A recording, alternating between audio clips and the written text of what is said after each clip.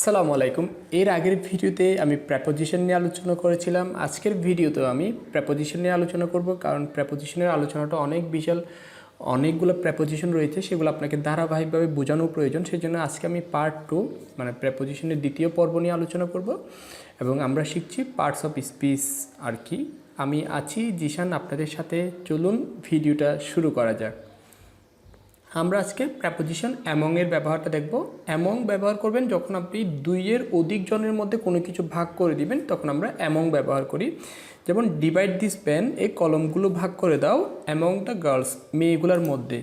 এখানে মেয়েগুলো বোঝাতে অনেকগুলো মেয়ে, শুধু দুইজন মেয়ে বোঝাচ্ছে না, অনেকগুলো মেয়েকে বোঝাচ্ছে, সেজন্য আমি অ্যামাং ব্যবহার করব। যদি দুইজন মেয়ে বোঝাতো divide this pen between the two girls, তখন হতো বিটুইন। দুইজনের মধ্যে হলে বিটুইন। আর যখন অনেকগুলো মেয়ে বোঝাবে, মানে দুইয়ের অধিক মেয়েকে বোঝাবে, তখন আমরা অ্যামাং এই প্রেপোজিশনটা ব্যবহার করি। চারদিকে পরিবেষ্টিত বোঝাতে আমরা অ্যামং প্রেপোজিশনটা ব্যবহার করি। যেমন Karim's house is among the different trees, করিমের বাসাটি বিভিন্ন গাছপালা দিয়ে পরিবেষ্টিত। এই যে চারপাশে পরিবেষ্টিত, সেটা বোঝানোর জন্য আমরা অ্যামাং প্রেপোজিশনটা ব্যবহার করি। একটা গোষ্ঠীকে বোঝাতেও আমরা অ্যামং ব্যবহার করতে পারি। যেমন Facebook addiction is common, Facebook আসক্তি কমন মানে সাধারণ। অ্যামং দ্য আন্ডার 20, 20 বছরের নিচের বাচ্চাদের মধ্যে, শিশুদের মধ্যে আপনার ফেসবুক এডিকশনটা কমন। এই যে একটা গোষ্ঠীকে বোঝাচ্ছে, সেই গোষ্ঠীকে বোঝাতে অ্যামং দ্য আন্ডার 20, আন্ডার 20 মানে 20 বছরের নিচে, সেই গোষ্ঠীটাকে বোঝাতে, সেই জেনারেশনটাকে বোঝানোর জন্য আমরা অ্যামং প্রেপোজিশনটা ব্যবহার করি। আমরা বুঝলাম দুইয়ের অধিক জনের মধ্যে ভাগ করে দিলে আমরা অ্যামাং ব্যবহার করব, চারদিকে পরিবেষ্টিত বোঝাতেও আমরা অ্যামাং ব্যবহার করব, এবং একটা গোষ্ঠীকে বোঝাতে আমরা অ্যামাং এই প্রেপোজিশনটা ব্যবহার করব। আমরা প্রেপোজিশন বিফোরের ব্যবহারটা দেখি। প্রেপোজিশন বিফোরের একটা কমন ব্যবহার হচ্ছে পাস্ট পারফেক্ট টেন্সে। পাস্ট পারফেক্ট টেন্সে আপনার আফটারও ব্যবহার করতে হয়, বিফোরও ব্যবহার করতে হয়। এখানে বিফোর প্রেপোজিশনটা আমরা ব্যবহার করে দুইটা বাক্যকে যুক্ত করা হয়। যেমন দ্য পেশেন্ট হ্যাড ডাইড, এটা হচ্ছে past perfect tense. The doctor came, এটা হচ্ছে আপনার ফার্স্ট ইনডিফিনিট টেন্স। এই বাক্যে আমরা দুইটা বাক্যকে আমরা বিফোর দিয়ে যুক্ত করেছি। The patient had died, before the doctor came, doctor আসার পূর্বে রুগী মারা গেল আর কি। আমরা কোনো কিছু শুরু করার আগেও আমরা বিফোর ব্যবহার করতে পারি। যেমন before conducting the class I would like to say something, class শুরু হওয়ার আগে আমি কিছু বলতে চাই। এই যে শুরু হওয়ার আগে বোঝাতে আমরা বিফোর ব্যবহার করি, যে before conducting the class, class শুরু হওয়ার আগে আমি কিছু বলবো, I would like to say something. সামনে বোঝাতেও আমরা বিফোর ব্যবহার করি। He stood before the shop, সে দোকানটির সামনে দাঁড়িয়েছিল। এই দোকানের সামনে দাঁড়ানো, সেটা বোঝাতেও আমরা বিফোর এই প্রেপোজিশনটা ব্যবহার করি। He stood before the shop. তার মানে আমরা ফার্স্ট পারফেক্ট টেন্সে শুরু করার আগে এবং সামনে বোঝাতে বিফোর এই প্রেপোজিশনটা ব্যবহার করব।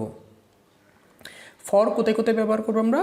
কারো জন্য কিছু করা বোঝাতে, যেমন this gift is for my wife, আমার স্ত্রীর জন্য এই গিফটটি, এই উপহারটি, এই উপহার কারো জন্য উপহার নেওয়া বা কারো জন্য কিছু করা বোঝাতে আমরা ফর ব্যবহার করি।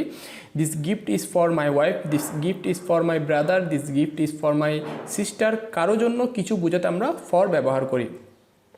কারো পক্ষে কিছু করা বোঝাতে আমরা ফর ব্যবহার করতে পারি। যেমন আই কন্ডাক্টেড দ্য ক্লাস, আমি ক্লাসটি নিয়েছিলাম ফর রহিম, রহিমের পক্ষ হয়ে, রহিমের হয়ে আমি ক্লাসটি নিয়েছিলাম। এই কারো পক্ষে কিছু করা বোঝাতে আমরা ফর ব্যবহার করি। যেমন আই কন্ডাক্টেড দ্য ক্লাস, আমি ক্লাসটি নিয়েছিলাম ফর রহিম, আমি রহিমের হয়ে ক্লাসটি নিয়েছিলাম। মূল্য বোঝাতে আমরা ফর ব্যবহার করতে পারি। যেমন I bought the flower for 50 টাকা, আমি 50 টাকার বিনিময়ে ফুলগুলো কিনেছিলাম। এই যে মূল্য বোঝাতে ফর 50 টাকা, 50 টাকা, এই যে মূল্য বোঝাতে আমরা ফর ব্যবহার করি। আই বট দ্য ফ্লাওয়ার, আমি ফুলগুলো কিনেছিলাম ফর 50 টাকা, 50 টাকায়। সময় বোঝাতেও আমরা ফর ব্যবহার করতে পারি। যেমন আই হ্যাড বিন ওয়েটিং, আমি অপেক্ষা করছিলাম ফর 5 আওয়ার্স, 5 ঘন্টা ধরে আমি অপেক্ষা করছিলাম। আই হ্যাড বিন ওয়েটিং, আমি অপেক্ষা করছিলাম ফর 5 আওয়ার্স, 5 ঘন্টা ধরে। সময় বোঝাতেও আমরা ফর ব্যবহার করব। কারো জন্য কিছু করা বোঝাতে, কারো পক্ষে কিছু করা বোঝাতে, মূল্য বোঝাতে এবং সময় বোঝাতে আমরা ফর ব্যবহার করি। এখন আমরা প্রেপোজিশন উবারের ব্যবহারটা দেখব। কোনো মাধ্যমে কথা বলা বোঝাতে আমরা উভা ব্যবহার করতে পারি। যেমন উই টকড, আমরা কথা বলেছিলাম। উভা ফোন, আমরা ফোনে কথা বলেছিলাম। ফোনটা একটা মাধ্যম, এই ফোনের দ্বারা কথা বলা বোঝাতে আমরা উভা ব্যবহার করতে পারি, যে উই টকড ওভা ফোন। বিপরীত পাশে বোঝাতেও আমরা ওভার ব্যবহার করতে পারি। যেমন my house is over the shop, আমার বাসাটি দোকানটির বিপরীত পাশে। এই বিপরীত পাশে অপর পাশে বোঝাতেও আমরা ওভার ব্যবহার করি, যে my house is over the shop, আমার বাসাটি ওই দোকানটির বিপরীত পাশে। কর্তৃত্ব বোঝাতেও আমরা ওভার ব্যবহার করতে পারি, এ husband has a guardian over his wife, একজন স্বামী তার স্ত্রীর উপর কর্তৃত্ব রয়েছে, ক্ষমতা রয়েছে, সেই কর্তৃত্ব বোঝাতেও আমরা ওভার ব্যবহার করি, যে এ হাজব্যান্ড একজন স্বামীর হ্যাজ এ গার্ডিয়ান রয়েছে, মানে কর্তৃত্ব রয়েছে, ওভার হিজ ওয়াইফ তার স্ত্রীর উপর। এই কর্তৃত্ব এটা বোঝানোর জন্য আমরা ওভার ব্যবহার করি, গার্ডিয়ান ওভার। কোনো মাধ্যমে কথা বলা, বিপরীত পাশে বোঝানো এবং কর্তৃত্ব বোঝাতে আমরা ওভার এই প্রেপোজিশনটা ব্যবহার করি। সমগ্র পৃথিবীকে বোঝাতেও আমরা ওভার ব্যবহার করতে পারি, যেমন ইংলিশ ইজ স্পোকেন, ইংরেজি বলা হয় অল ওভার দ্য ওয়ার্ল্ড, সম্পূর্ণ বিশ্বে। এই সারা বিশ্বকে বোঝাতে আমরা ওভার এই প্রেপোজিশনটা ব্যবহার করি, English is spoken all over the world. আমরা প্রেপোজিশন অফের ব্যবহারটা দেখি। যখন কোনো কিছু থেকে বিচ্ছিন্ন হওয়া বোঝাবে তখন আমরা অফ ব্যবহার করতে পারি, যেমন he jumped of the bridge, say bridge থেকে জাম্প দিয়েছিল, মানে লাফ দিয়েছিল। এই যে বিচ্ছিন্ন হওয়া, আর ব্রিজ থেকে লাফ দিলে সে ব্রিজ থেকে বিচ্ছিন্ন হয়ে যাচ্ছে, ব্রিজ থেকে সে নদীতে লাফ দিল, তাহলে সে ব্রিজ থেকে বিচ্ছিন্ন হয়ে গেল। ব্রিজ থেকে বিচ্ছিন্ন হয়ে লাফ দিলে এই যে ব্রিজ থেকে বিচ্ছিন্ন হওয়া, বা মোটরসাইকেল থেকে পড়ে যাওয়া, দোলনা থেকে পড়ে যাওয়া, চেয়ার থেকে পড়ে যাওয়া, এই যে বিচ্ছিন্ন হওয়া, সেটা বোঝাতে আমরা অফ ব্যবহার করি। He jumped of the table, অথবা he slept of the chair, এবার বলতে পারি যে সে চেয়ার থেকে পড়ে গেল। বা he jumped of the bridge, say bridge থেকে লাফ দিল। মূল্য ছাড় বোঝাতে আমরা শপিং মলে অনেক সময় দেখি 10% অফ, 20% অফ, এটা এই মূল্য ছাড়টা বোঝাতে, ডিসকাউন্ট বোঝাতে আমরা অফ ব্যবহার করতে পারি, যেমন the product is 10% of right now, এই পণ্যটি এখন 10% মূল্য ছাড় রয়েছে, এই 10% মূল্য কম। এই মূল্য ছাড় বোঝাতে আমরা অফ ব্যবহার করি। আচ্ছা, আমরা প্রেপোজিশন টু এর ব্যবহারটা একটু দেখি। টু কোনো নির্দিষ্ট দিকে আপনার গন্তব্য বোঝাতে, কোনো নির্দিষ্ট দিকে যাওয়া বোঝাতে আমরা টু ব্যবহার করতে পারি, যেমন I am going to the shop, আমি বলছি আমি নির্দিষ্ট করে দোকানের দিকে যাচ্ছি। আমি কিন্তু নির্দিষ্ট করে বলছি আমি দোকানের দিকে যাচ্ছি। যখন আমি নির্দিষ্ট করে বলবো না, অনির্দিষ্ট করে বলবো, তখন হবে টুয়ার্ডস। কিন্তু যখন একটা ডেস্টিনেশন আপনার নির্দিষ্ট থাকবে, ফিক্সড থাকবে, তখন আপনি টু ব্যবহার করতে পারেন, যেমন I am going to the school, I am going to market, যখন গন্তব্যটা নির্দিষ্ট থাকবে। যখন আপনি কারোর সাথে বিবাহ বন্ধনে আবদ্ধ হবেন, সেটা বোঝাতেও আমি টু ব্যবহার করতে পারবেন, যেমন she was married to a doctor, সে একজন ডাক্তারের সাথে বিবাহ বন্ধনে আবদ্ধ, সে একটা ডাক্তারকে বিয়ে করেছিল। She was married to a doctor, এই বিবাহ বোঝাতে আমরা টু ব্যবহার করি, she was married to a doctor. তাছাড়া কোনো কিছু বাকি আছে বোঝাতেও আমরা টু ব্যবহার করি। দেয়ার আর 500 মিটার্স, সেখানে 500 মিটার বাকি আছে, টু 1 কিলোমিটার, 1 কিলোমিটার হতে 500 মিটার বাকি আছে। এই যে বাকি আছে বোঝানো, সেক্ষেত্রে আমরা টু ব্যবহার করি। আমরা প্রেপোজিশন উইদিনের ব্যবহারটা একটু দেখি।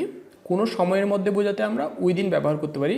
You should come back within 5 days, তোমাকে 5 দিনের মধ্যে আসতে হবে। এই যে একটা নির্দিষ্ট সময়ের মধ্যে তাকে ফিরে আসতে হবে, সেটা বোঝাতে আমরা উইদিন ব্যবহার করছি। যেমন ইউ শুড কাম ব্যাক, তোমাকে অবশ্যই ফিরে আসতে হবে, বা তোমার ফিরে আসা উচিত। ইউ শুড কাম ব্যাক, তোমার ফিরে আসা উচিত উইদিন 5 ডেজ, 5 দিনের মধ্যে। এই যে একটা সময়ের মধ্যে বোঝাচ্ছেন, সেটা বোঝাতে আমরা উইদিন ব্যবহার করছি। নির্দিষ্ট দূরত্বের কম বোঝাতেও আমরা উইদিন ব্যবহার করি, যেমন শি ওয়াজ বর্ন, সে জন্মেছিল উইদিন 20 মাইলস অফ ঢাকা, ঢাকার 20 মাইলের মধ্যে সে জন্মগ্রহণ করেছিল। 20 মাইলেরও কম দূরত্বে সে জন্মগ্রহণ করেছিল, সেটা বোঝাতে আমরা শি ওয়াজ বর্ন, সে জন্মেছিল উইদিন 20 মাইলস অফ ঢাকা, ঢাকার 20 মাইলেরও কম দূরত্বে সে জন্মগ্রহণ করেছিল। এই যে নির্দিষ্ট দূরত্বের কম বোঝাচ্ছি, সেটা বোঝাতে আমরা শি ওয়াজ বর্ন উইদিন ব্যবহার করছি। তাছাড়া সীমানার মধ্যে বোঝাতেও আমরা উইদিন ব্যবহার করতে পারি, যেমন there is a pharmacy within the hospital building. অনেক হাসপাতালে আমরা খেয়াল করি যে হাসপাতালের মধ্যেই কিন্তু একটা ফার্মেসি থাকে। এই ফার্মেসি, হাসপাতালের সীমানার মধ্যে ফার্মেসি থাকা, সেটা বোঝাতেই অনেক সময় হাসপাতালের নিজস্ব ফার্মেসি থাকে, সেই ফার্মেসিকে বোঝানোর জন্য আমরা উইদিন ব্যবহার করতে পারি। যেমন দেয়ার ইজ এ ফার্মেসি, সেখানে একটা ফার্মেসি আছে, উইদিন দ্য হসপিটাল বিল্ডিং, ওই হাসপাতাল ভবনে একটা ফার্মেসি আছে। ওই যে সীমানার মধ্যে, হাসপাতাল ভবনের সীমানার মধ্যে বোঝাতে আমরা উইদিন ব্যবহার করছি। দেয়ার ইজ এ ফার্মেসি, সেখানে একটা ফার্মেসি আছে, উইদিন দ্য হসপিটাল বিল্ডিং, হাসপাতালের ভবনের সীমানার মধ্যে। আজকের ভিডিওটা এতটুকুই থাক। আই হোপ আপনি প্রেপোজিশনের সম্পূর্ণ ব্যবহারটা বুঝতে পেরেছেন। আমি মোস্ট ইম্পর্টেন্ট যে প্রেপোজিশন রয়েছে, সেগুলোর ব্যবহারটা আপনাকে বোঝানোর চেষ্টা করেছি। আজকের ভিডিওটা এতটুকুই থাক। সামনের ভিডিওতে আমরা পার্টস অফ স্পিচের আরেকটা পার্ট কনজাংশন নিয়ে আলোচনা করব। সেই পর্যন্ত আপনি ভালো থাকবেন, সুস্থ থাকবেন। আসসালামু আলাইকুম।